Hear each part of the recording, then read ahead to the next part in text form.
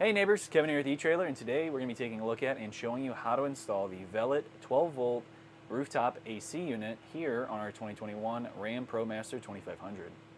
If you're working on your camper van build and you need a solution that's not going to require you to have shore power or generator power, then the Velit AC unit that we have today that's just going to run off of our house batteries is going to give you a much cooler camping experience. This unit has an 8,000 BTU rating, and it's going to follow that typical 14 by 14 pattern when we get to the cutout hole that we're going to need to make.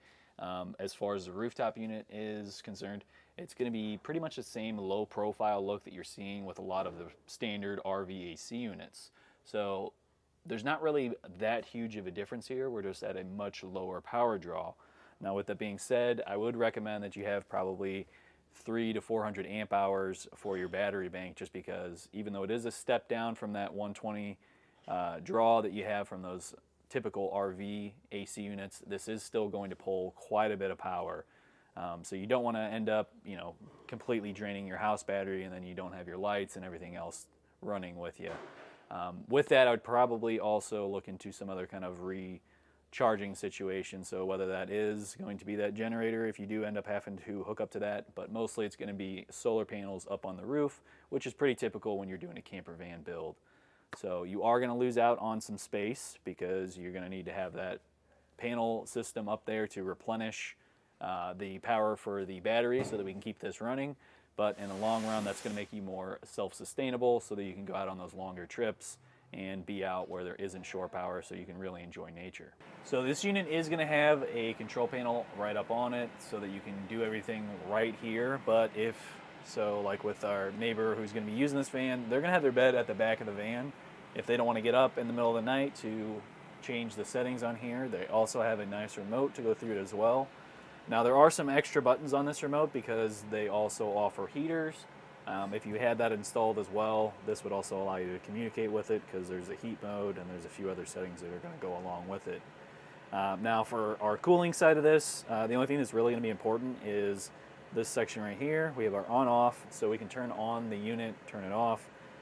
This section is going to have our fan speed, and you would just keep hitting that. So there's a plus or minus kind of on the fan side when you're looking at the actual unit itself. This one, you would just hit this and it would cycle through those fan speeds. Up and down is going to be our temperature. So let me put that up. It's going to raise our temperature up. Eco mode, so if you want to go into that lower power draw mode, you press that button right there. If you wanted to just cycle through the different modes, mode button's over here. We have our cooling mode. This button's not going to be used.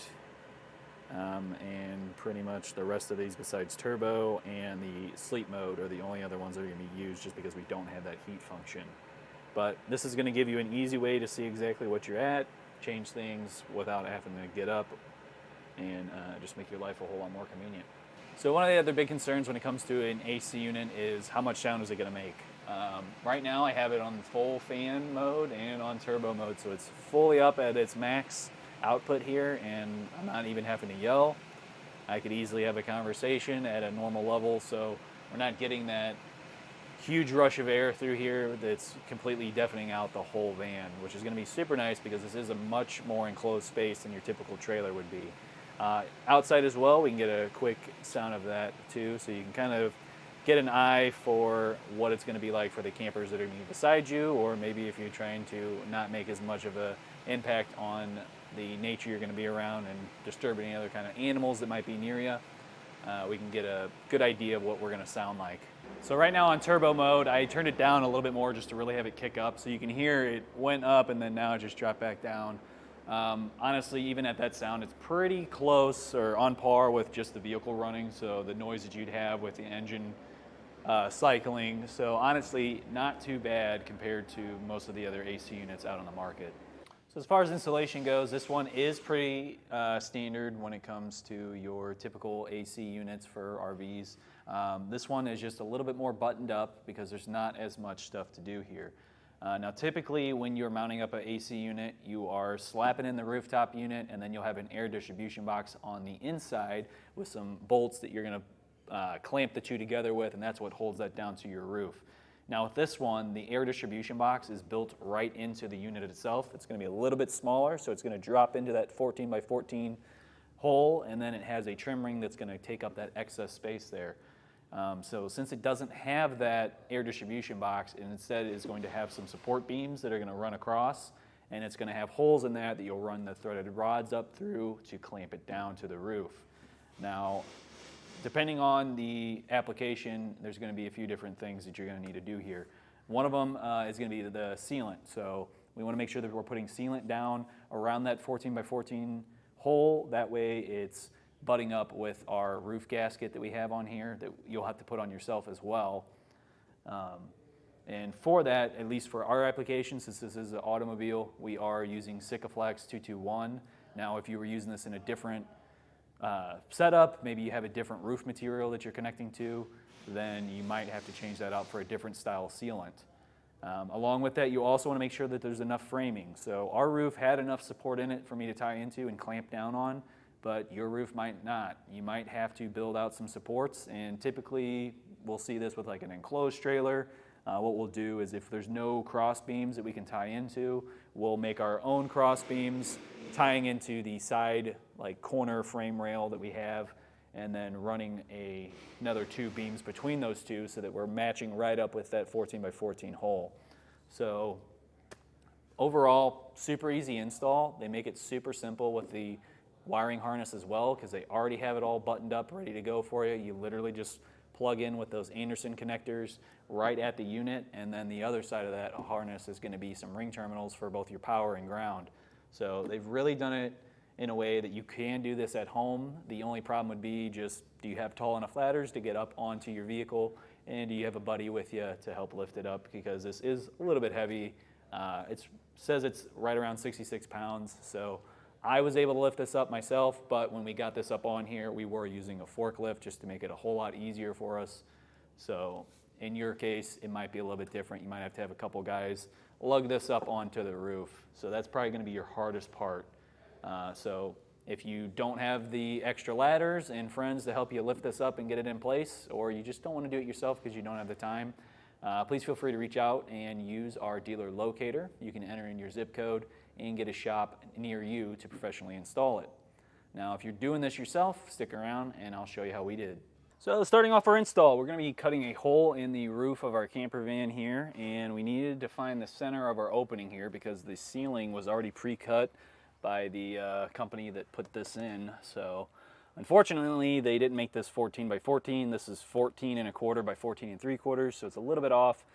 So you'll see I already have some tape. I did this 3 different ways. I wanted to make sure I was getting it perfect, so that way when we drop in our AC unit, it's going to fit the first time. So what I did was I measured across, and tried to get that as close as I could.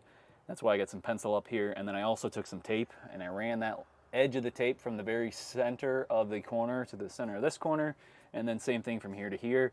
And where those lines meet also was shown up right where I had some pencil marks. So the next thing I did was I already have a template where I cut this out. It's 14 by 14, and I've drilled a hole through the center of it with a 3/8 drill bit.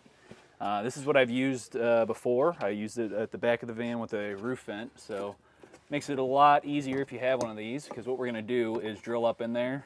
And when I was putting this up in here, I also just matched that up with that hole, made sure that my board wasn't going to be hidden by the ceiling here, just as a third way to double check this. So from that point, now we have a spot that we need to drill through. So I'm going to be going to the center of what I drew here. We'll use our punch so that we won't have our drill bit walking on us. And then I'm going to use a 3/8 drill bit, and we'll go through the ceiling to make a hole, and then once we have that hole, we'll go up on the top, and I'll use that drill bit again. I'm going to put it through my template, match it up with the hole that we have, and then draw around the template so that I can see where we need to cut out.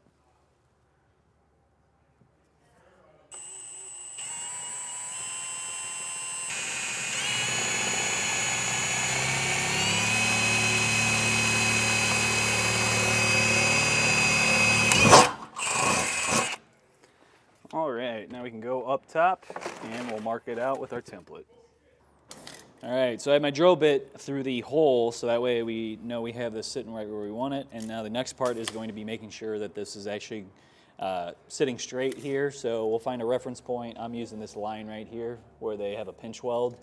And coming back, I'm sitting right at 6 7/8 on this, or sorry, 5 7/8 on this side, and another 5 7/8 on this side. So I know I've got this perfectly straight, so we can mark it out. I'm just going to use a permanent marker.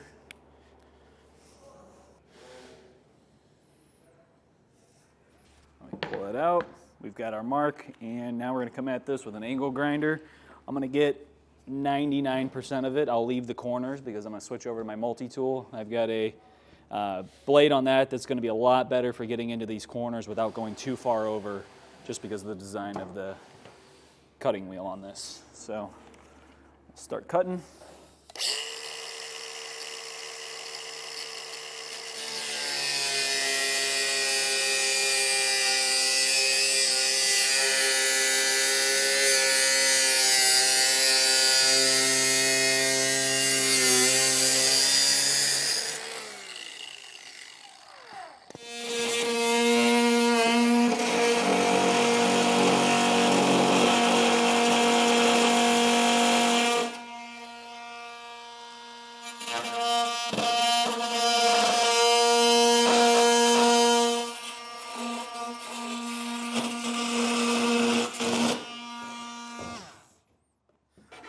Now that we have this all cut out, we will come back with our file and just clean off any burrs that we have here. So I've wiped this down after filing it with some alcohol and cleaned up the surface here, because we are going to be putting some sealant over this. Now typically when it comes to an RV air conditioner, we're not putting any sealant down, it's just going to be that foam gasket. But in this case they do recommend some sealant. It's going to be Sikaflex 221, and that's the automotive grade that they recommend. So you'll want to pick up some of that separately. And then with this right now, I'm just coating the edge that we cut. So that fresh, clean metal right there, we're going to just give it a little bit of paint, help protect it just in case if for any reason any water got through here, we wouldn't have it rusting out. All right, so we've got our paint on our cut edge here now, so that way that's covered. So like I was saying, you are going to need to use sealant, but at the same time you also have to put on your gasket. So I think the easiest way to do this is realistically just going to be lifting the unit up like I have. Now there is refrigerant in this though, so we don't want to turn this on right away. We want to let that sit because I am tilting this. So it's not really good for it. At least let it sit for like a day. Same thing you would if you took a residential fridge home and you had it sitting, laying down in your bed of your truck or something like that. You'd want to let it sit before you powered it back on, just for that refrigerant to settle.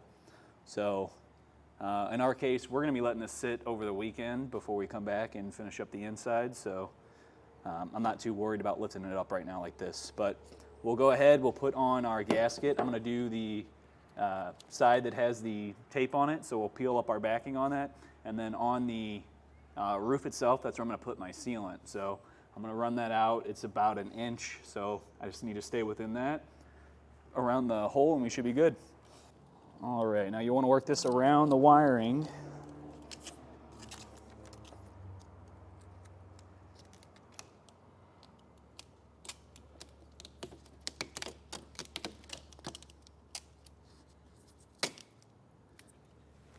And while we're doing this, we want to make sure that we're not covering up our mounting holes. So there's 4 little posts that are inside of here that are slightly sticking up just past that. That's what we're shooting for. We want to be having those right in our corner when we stick this on.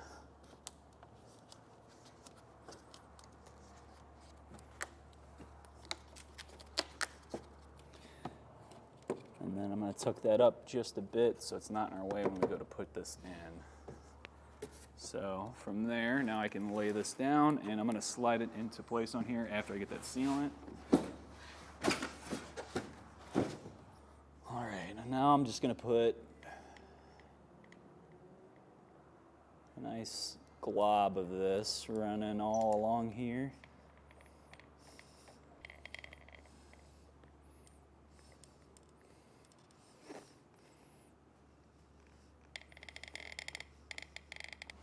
Now this unit's not too heavy, but all the weight's right here at the front, and it's just kind of awkward. So this would honestly be better if you had an extra set of hands.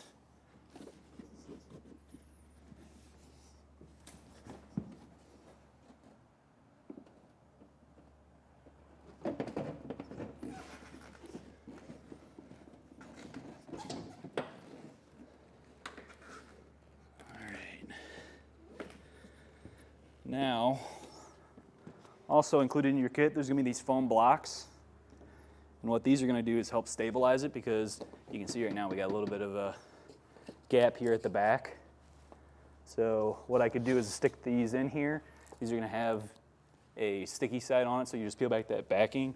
And I'm going to stick these in the rib portion, so that lower portion here on the roof, and we'll use that to help stabilize our unit. I'll probably put one at the front corners and then also on these back corners, especially because it just kind of really works out nice with the ribs in the roof. So I'll get those set, and then I'll redo them with the sticky side off. So we have a wiring harness that's going to have this Anderson plug on it on one end, and the other end is going to have 2 ring terminals, which we can show you right here. So here's the other end of it. I've already snaked this through everything here just because it's a big hassle trying to pull all these walls down and get into the wall here. So obviously the application is going to be different depending on what vehicle you're putting this in. So that's kind of a waste of your time to see all that, but we are snaked across our ceiling, down through the wall, and then down through this shaft here in the side. And we're going to have a positive and negative. On your negative side, you can ground that to the chassis, and on the positive side, you're going to have a built-in fuse holder and fuse already in place. And that is going to run over to our battery, which I'll also have to snake down a little bit more, and that's going to come into this box where we have everything wired up. But with all that said, now we can connect our Anderson plug up at the top, and I'm going to push this back up into the ceiling because the next step is going to be putting in our trim ring. It's a little tight here. See what we got going on. I have to pull more of the harness through the wall just to get this lined up right.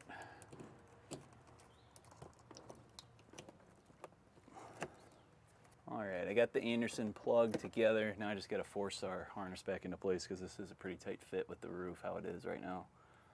So I'm gonna struggle with that for a little bit, and then once we have that in place, we'll have our trim ring. So the garnish right here is going to go up on there. Unfortunately, the ceiling was cut, and it was cut a little bit too large for the hole here by whoever did the roofing. So I also made a little trim ring to go around that, and all I did was measure out how big of a space I needed to cover, and then I just took the measurements for the inner portion of this trim ring to cut out this section. Hit it with some black paint, a couple coats, sandings in between, and then some clear coat as well. And that's going to slap up on there and give us something to screw in, just because right now the mounting holes for the trim ring don't really match up with anything. They're just going to be going straight into nothing. So that's going to give that something to screw to.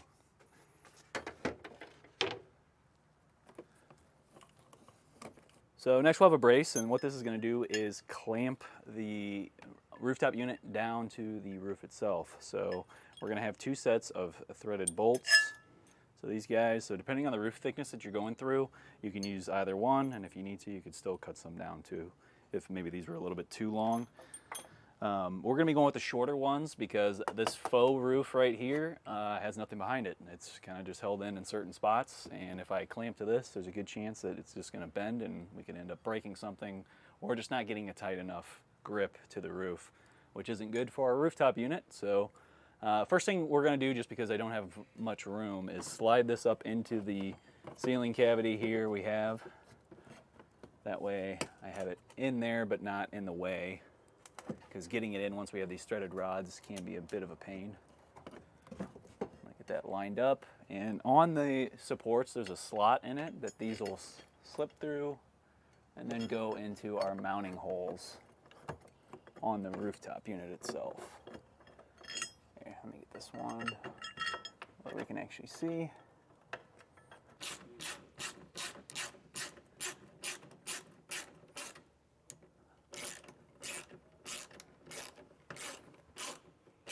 Okay, so we have 2 different sets of screws. So they have no head on them. So you'll have to thread that in first, and then after that, once you have that support beam in place, you'll want to take a flat washer and a lock nut, and you're going to thread that on.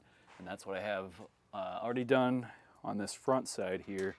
Now with the two, I had to go with the shorter one just because we don't really have a huge ceiling here. Now if this was like a fifth wheel or something like that where you've got more space there, obviously you're going to need something a little bit bigger, so luckily they give you that. If you need to, you can always cut some of this off if the threads end up being a bit too much for it.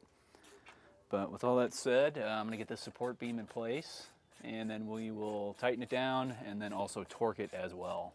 So I've got this torqued, but it is an insanely low one. It's actually a little bit lower than what the lowest setting is on our torque wrench. So what I was doing is just watching it. So as it starts to build up, you'll see it still, even though it is lower than what the setting I have it on is. But you know, just be careful. You want to get it tight and snug so that it's supporting that AC unit and it's not going to be flapping around in the wind here, or you know, potentially fall off your vehicle. But I think we've got it pretty well tightened down, and now our next step is going to be filling in this gap with the trim ring.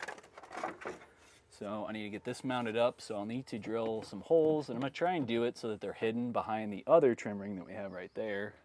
It's going to go in place, so probably shoot one this side and this side, and have to see where our roof, it's way out here.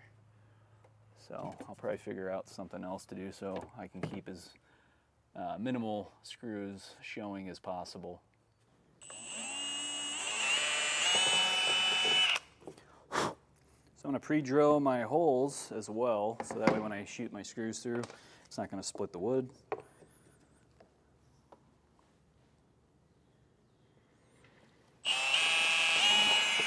I'm doing it close to the corner, and I'm just about an inch in, so that way it is hitting the wood ceiling, but also not going to be in the way of the trim rings screws. It to my ceiling.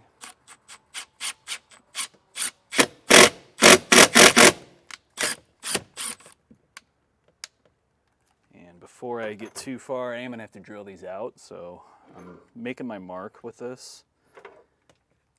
Run the screw into it, and then I can drill it and put the screws back in.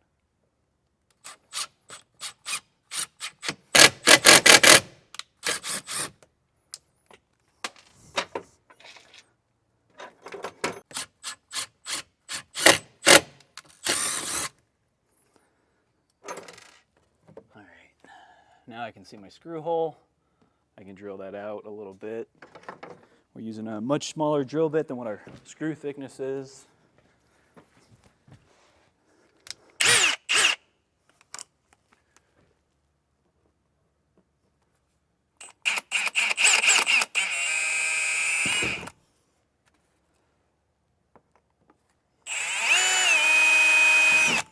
Back up. There we go.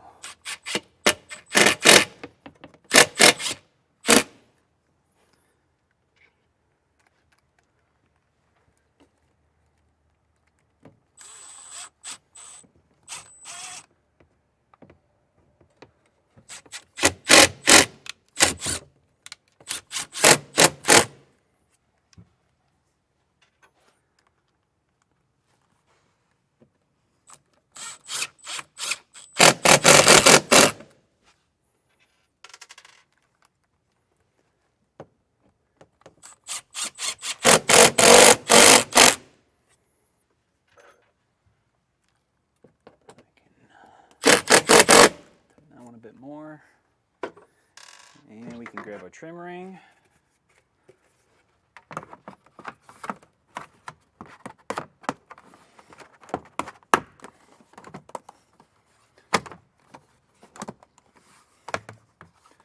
All right, we're a little snug. I got this trim ring a little tight, but we are getting there. Got it in. There we go, and in your kit there's going to be some black screws with a flat head, and that is what's going to hold up our rooftop unit into the trim ring here. So I'm also going to have to drill some holes for that to go in. So with that in place, I'll drill my hole up now, and then we'll thread in our bolts, but I'll need to get a little bit larger of a bit.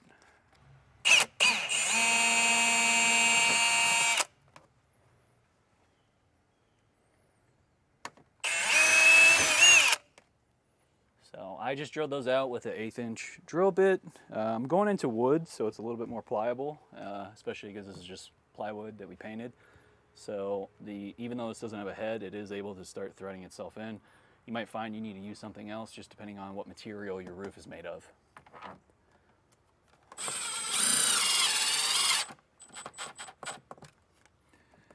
And just be careful once you start getting real close. You don't want to go too far and smash your plastic trim piece here.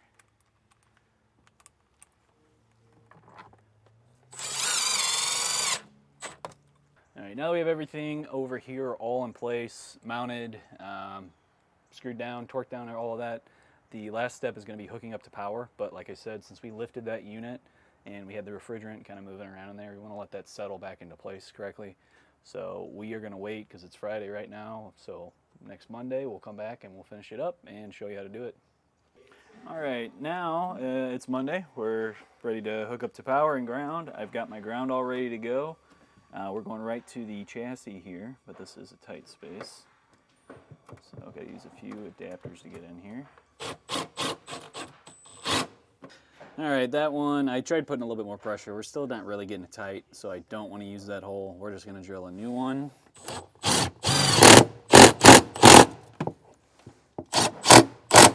Make sure we got it nice and tight. We don't want any of this wiggling. And now we can connect to power as well.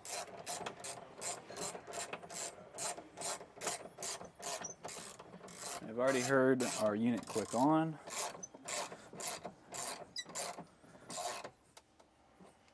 All right, we have our unit running now, and now it's blowing out cold air. Probably took 2-3 minutes for it to really start to fully kick on here. I think it has a slower startup, so you're not drawing this huge amount of amps right all at once, so that way it's not putting such a toll on your battery. But since we do have this app for our battery, we can see right now it's pulling 32 amps. Now we do have other things running besides just the AC unit, so that could be a little bit skewed. But for the most part, right around where we were expecting it to be. You can clearly see here we've got some little strips of paper here, so you can see that the air is actually blowing. This is going to have those 4 vents. You can close them up as you need, so if you were wanting more pressure out of certain vents, whichever way you wanted to turn them, because these do swivel. So say we have this running while we're driving, we want to cool off the front, we can force it that way, and then we can close the other one so that more air is forced through the open vents. Put that back. This has got a few different modes here too. So we've got our on and off button, we've got our fan speed, so the one where it's showing lines, spinning, that's showing that we're going to be putting our fan speed up, which will be indicated here on our screen as well. And this one is for lowering our speed. Over here we have a plus and minus, and that's going to be our temperature. And then we also have an M for mode, and there's a few different modes. So right now we're on cool. There's an eco mode, so it'll pull less power. Now obviously with that you're going to get less cool just because it's not using as much power to refrigerate the air. There's night mode, which will use less power and it'll gradually adjust itself. So that way you're not drawing as much late at night. It's going to start amping itself back up temperature-wise. That way you're not using as much energy. And then there's this with a strongman symbol, and that's going to be your high power mode, so that you're pumping out more air and quickly cooling down the camper. And then just kind of standby. So if you're just wanting to run the fan but you don't want to run the AC as well, just so you can get that airflow without pulling as much power, this is the mode you're going to want to be on. And that's telling you what our temperature is at right now. Well, I think that does it for our look at and installation of the Velit 12 volt rooftop AC unit here on our 2021 Ram ProMaster 2500. My name's Kevin, and if you're still looking for the right AC unit for your camper van build, please feel free to reach out to us via our Ask the Experts link, a comment on this video, or a phone call to our customer service department, and we'd be happy to help you out on your journey.